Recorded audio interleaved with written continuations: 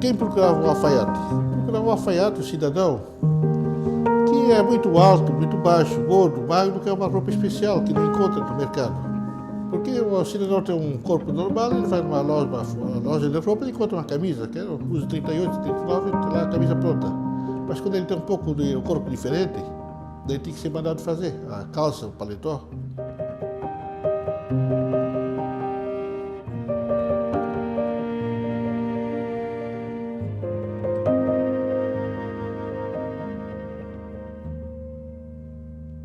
A alfaiataria era tão importante quanto o ferreiro, o celeiro, o sapateiro, porque não havia artigos prontos para vender. Tudo era confeccionado. Você queria um sapato, tinha que mandar fazer no sapateiro. Queria uma roupa, tinha que fazer no alfaiate, não tinha roupa pronta. Então essa era a função do alfaiate. Essa resposta talvez ela também dê conta da gente entender por que a alfaiataria sobrevive até hoje, né? E sobrevive bem. Quem já fez uma vez um terno sob medida, né, e vai comprar outro em loja, sabe a diferença. Posso falar isso porque eu já fiz isso, né? Já fiz terno em alfaiate e não dá assim. Primeira comunhão na igreja, coisa assim, era tudo com terno. Então a importância era enorme, era muita coisa que o alfaiate fazia na época, porque tinha que ser, entende? Depois, com o tempo, aí era bailes. No meu tempo, lembro, não entrava sem um paletó, não podia entrar sem um traje social, coisa, e isso fazia com que o alfaiate, na verdade, tinha muito serviço. Ela entende do corpo, ela vai entender do corpo. Ela precisa entender do corpo, ela precisa dialogar com o corpo para a construção de uma roupa. Então isso também é necessário para o aprendizado, né? Porque se tu pega só a modelagem plana, tudo bem, tem a prova de roupa, tem isso tudo, mas ela é feita em série, ela é feita para várias pessoas, né? Ou seja, a gente tem que se encaixar dentro do molde da roupa. Ali é o contrário, né? A roupa é que é feita para o nosso corpo. A diferença do manual para a máquina, isso tudo está contido aqui nessas peças, né? Interessante vocês pensarem esses dois ternos, a gente tem um cinza e um marrom, né? Propositalmente eu trouxe eles para cá porque esse cinza é feito por um alfaiate e esse aqui já é feito por uma confecção pronta, né? Por fora, se a gente olhar eles não têm diferença nenhuma, mas se tu começar a olhar a parte interna deles, começar a olhar as entranhas das peças, você vai ver, né, a diferença de uma produção feita à mão, porque os alinhavos da manga são feitos à mão nesse terno cinza, né, o caseado dos botões.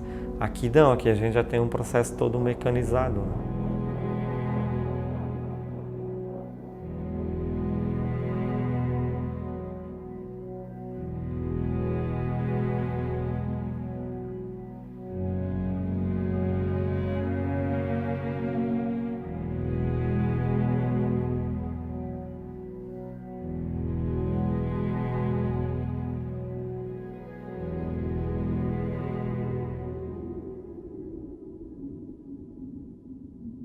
Bom, a alfaiataria Krieger começou com o meu avô. Meu avô ficou órfão muito cedo e no final do século XIX ele foi mandado a Florianópolis para aprender uma profissão, alfaiate. Lá ele aprendeu o ofício de alfaiate com um italiano de sobrenome Mondegallia. E daí em 1898 ele voltou para Brusque e abriu a alfaiataria A Elegante. Posteriormente, em 1902, ele casou com a minha avó, com a italiana Adelaide Diegoli. E nesse tempo eles tiveram 17 filhos, dos quais 11 sobreviveram. E todos os 11 seguiram a carreira do pai, alfaiate. E por fim só sobrou como alfaiate meu pai e meu tio. Eles assumiram a alfaiataria que era do meu avô. Quando eu comecei a trabalhar na Krieger, ela tinha a parte frente, a loja, e um setor sob medida, que era a alfaiataria em si. E nos fundos funcionava então a linha de produção da Krieger, né? Praticamente as duas coisas andavam junto. Um setorzinho separado, que trabalhavam 2, 3 alfaiates, outra costureira, para fazer a parte que era feita no sob medida. e a outra parte da Krieger em si, então era linha de produção. Na época era só terno, só roupa social. E veja só, essa alfaiataria ela é produzida em série, né? Então, enquanto a oficina a gente tem lá o alfaiate que produz sozinho, ele faz um terno inteiro, né? Nos relatos, nas entrevistas que eu fiz, isso aparece, né? De pessoas que vão trabalhar na Krieger, alfaiates que vão trabalhar na Krieger, para aprender a maneira como os ternos eram feitos na Krieger, que eles eram feitos na forma de uma produção seriada, né?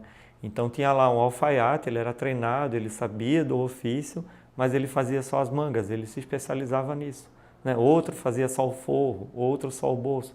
Então a gente está dentro desse processo também de uma roupa que era feita com capricho, de maneira mais artesanal, que remete lá a um fazer das corporações de ofício da Idade Média, né? E se a gente pegar a própria trajetória da Krieger, né, que depois vai virar uma alfaiataria Krieger e depois uma indústria de confecção, ela vai perpassar todo esse trajeto da roupa artesanal, do processo industrial e depois da indústria da confecção, né? Então ela se confunde também, né, com a própria história do crescimento da cidade e da transformação da cidade, né, da transformação econômica da cidade. Usavam-se as máquinas boas para fazer um bom acabamento, que não precisava fazer tudo manual, tudo no dedalzinho, já dava para fazer nas máquinas. Então esse pessoal, eles sabiam trabalhar numa peça única, uma peça só, lá dentro naquela linha de produção, pegava, ia lá, fazia e trazia de volta, ó, tá aqui a peça. As calças precisava fazer moldes separados. Ele fazia os moldes para a pessoa e mandava confeccionar a calça. Porque o freguês às vezes vinha assim, eu não consigo uma calça que me sirva e me aperta. Eu quero uma calça mais folgada.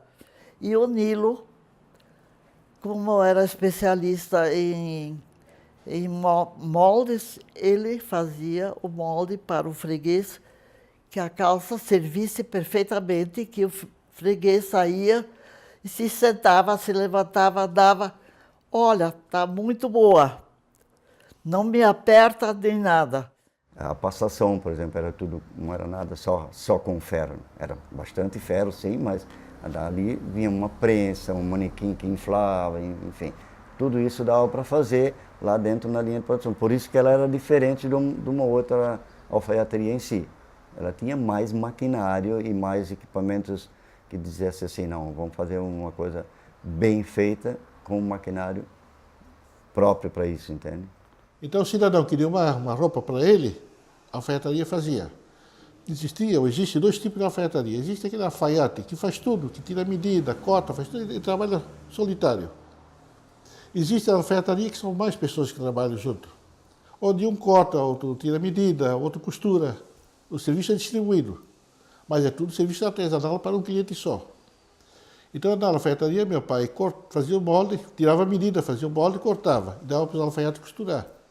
Depois ele só eventualmente tirava a prova, fazia a prova da roupa para depois finalizar. Então ele era industrial. E dentro da indústria tinha esse ramo da roupa sob medida. Então ele controlava isso aí. Ele era mais diretor técnico. Ele podia dizer que não era alfaiate porque ele não sentava na máquina para costurar. É mais ou menos isso. Mas da outra parte ele entendia de tudo. Eu ao menos aprendi e vi como é que se fazia determinadas coisas que o que eu fazia manual aqui, a gente via que era feito na máquina, mas como? Que máquina? Entende? E eles já tinham isso. Mas na parte de modelagem, ele era fino, ele era criterioso, tudo tinha que ser assim, bem certinho, acompanhando o corpo, né? Fazia tudo sob medida. Aí eram as provas que precisariam fazer, às vezes nem precisava tanta prova, não, vamos fazer mais uma prova para ver como é que fica aquilo. Ele era muito exigente, pode dizer assim, principalmente na qualidade, um bom caimento da peça. Ele podia não ser alfaiate porque ele não sentava na máquina, mas do resto ele era tudo de alfaiate. Ele fazia a modelagem e talhava a roupa, os oficiais costuravam.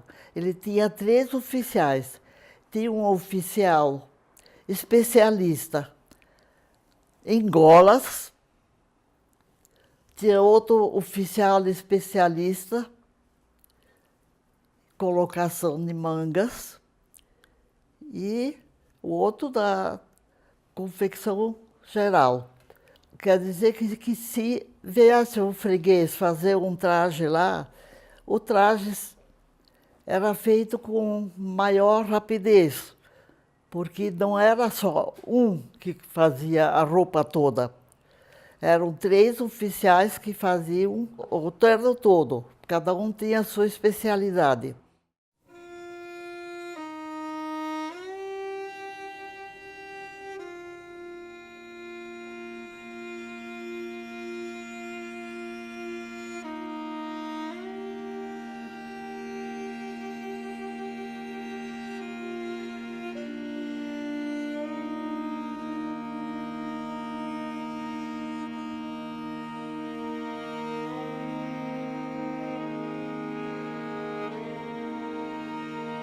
Um baita professor para mim, foi um baita, em termos que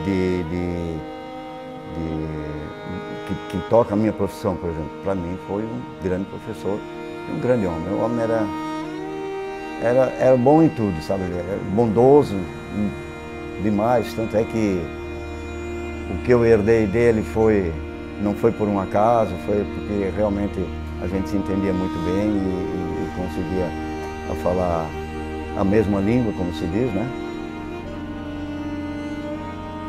A camisa não tem nada de si. A camisa não tem nada para apresentar. Tem essa bacana, uma mão comprida. O que abre os olhos para o cliente comprar uma camisa, quando estava às vezes embalado, meio mal embalado, coisa assim, é só o colarinho. Esse colarinho tem que estar intacto, não pode ter isso, não pode ter aquilo, porque você bota em cima do balcão, onde é que você olha? É o colarinho que você olha.